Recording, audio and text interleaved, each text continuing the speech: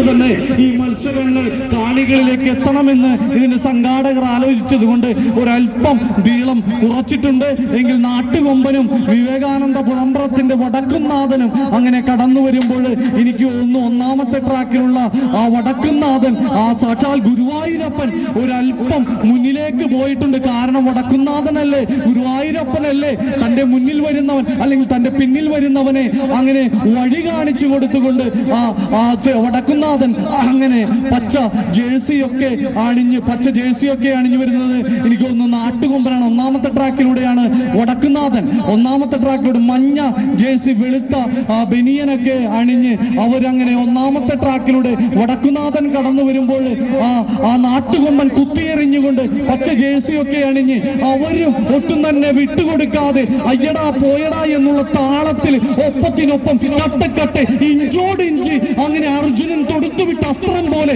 അവരങ്ങനെ രണ്ട് വള്ളങ്ങളും അങ്ങനെ കുതിച്ചു വരുമ്പോൾ പറന്ന് വരുമ്പോൾ ആ രണ്ട് വള്ളങ്ങളിൽ ആരാണ് ആദ്യം ഈ ഫിനിഷിംഗ് പോയിന്റിനെ മാറോടടക്കി പിടിച്ച് ചുംബിക്കുക?